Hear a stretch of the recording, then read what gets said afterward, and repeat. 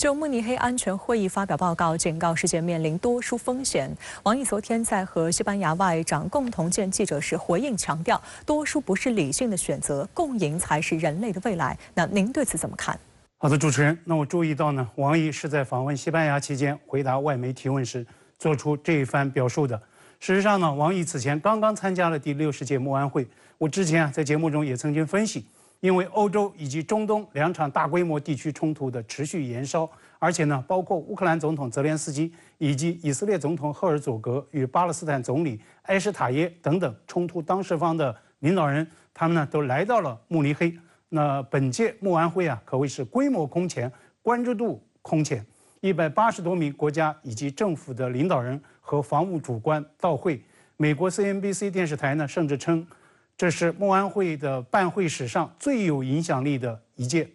同时啊，更应该指出的是，王毅参会一行所带来的中国焦点，也是本届慕安会最受舆论瞩目，更是主办方礼遇规格最高的会程之一。那么60届慕安会设置了4场国别主题的专场会，中国啊是其中之一。慕安会主席德国外交界的重量级人物克里斯托弗·霍伊斯根，他呢主持了其中的2场。那么中国同样是其中之一，所以啊，就本届慕安会的最大主题来提问，参会的中国外长这位外媒记者呢，无疑是找对了人。世界会不会陷入到多输困境呢？应该说，这是当今欧洲乃至全世界的最大的痛点。本届慕安会主题设置很精准，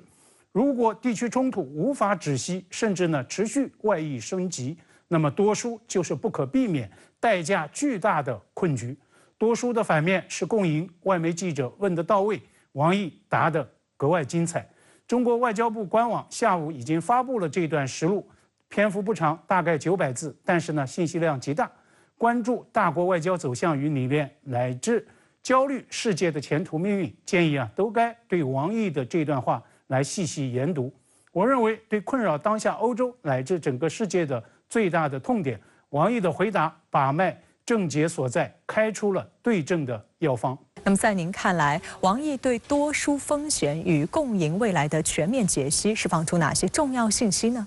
解剖世界面临的多输的风险，王毅呢给出了3重机制性的原因分析：一是搞零和博弈，坚持你输我赢，封上别人的门，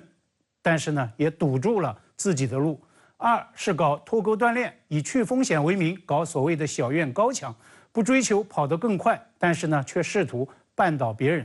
三是搞阵营对抗，打造各种小圈子俱乐部，人为的制造割裂、拉拢，甚至胁迫他国选边站队。那么就坚决避免多输结局，实现共赢的目标，王毅呢倡导3个必须：必须团结而不要分裂，必须合作而不要对抗，必须开放而不要封闭。王毅对此给出了令人信服的中国方案：多输不是理性的选择，共赢才是人类的未来。中方愿意同各方一道来落实全球发展倡议、全球安全倡议、全球文明倡议，以中国式现代化给世界带来更多的机遇，来共同创造人类更加美好的明天。事实上呢，这也是王毅率团参加本届慕安会一以贯之的中方立场与主张。他在进行场外一系列双边会晤时呢，也多次就此做出重申。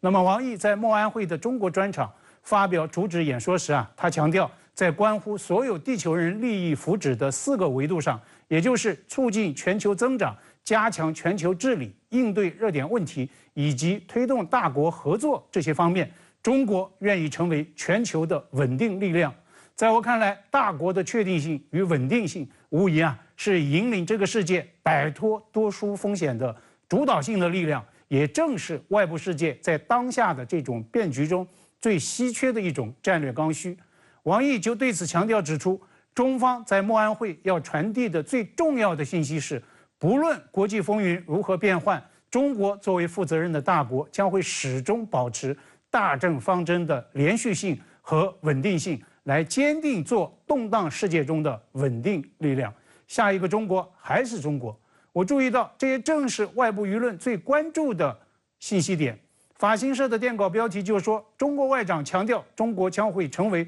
稳定性的力量，而路透社的电稿标题就指出，中国外长在慕安会上再度警告脱钩的风险。那在您看来，刚落幕的慕安会找到让世界摆脱多输的脱险方法与路径了吗？王毅昨天回答那位外国提问记者说，多输是各方必须坚决避免的结局。越来越多的国家已经开始认识到这一点。实际上呢，方法与路径就在那里。王毅已经给出了中国答案，也就是他所强调的推动各方团结、合作与开放这三大必须，要真正摒弃零和博弈、脱钩断链以及阵营对抗这诱发多输结局的三大风险机制。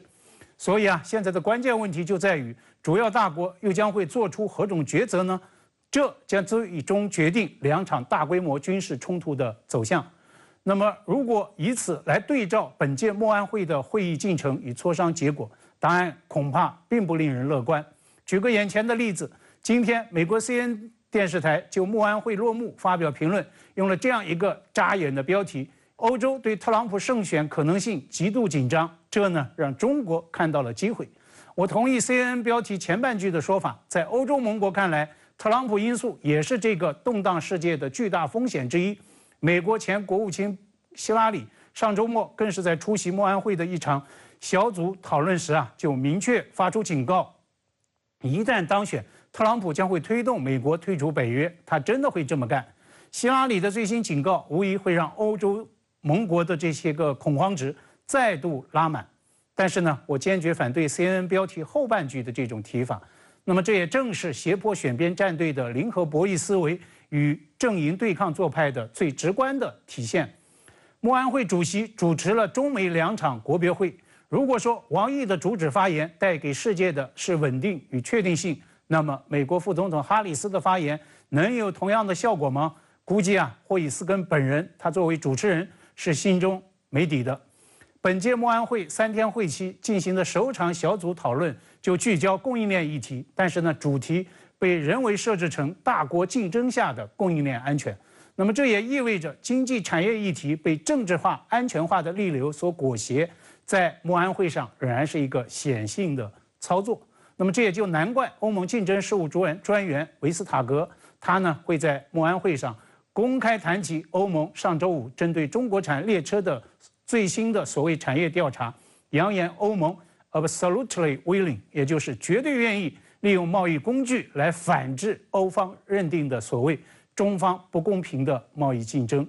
王毅在中国专场主旨发言中就告诫，谁试图以去风险之名搞去中国化，谁就将犯下历史的错误。但是从慕安会传出的会场的信息来看，至少在反脱钩断链上，中国和美西方世界的博弈和斗争仍然将会长期化，并且可能会进一步的激烈化。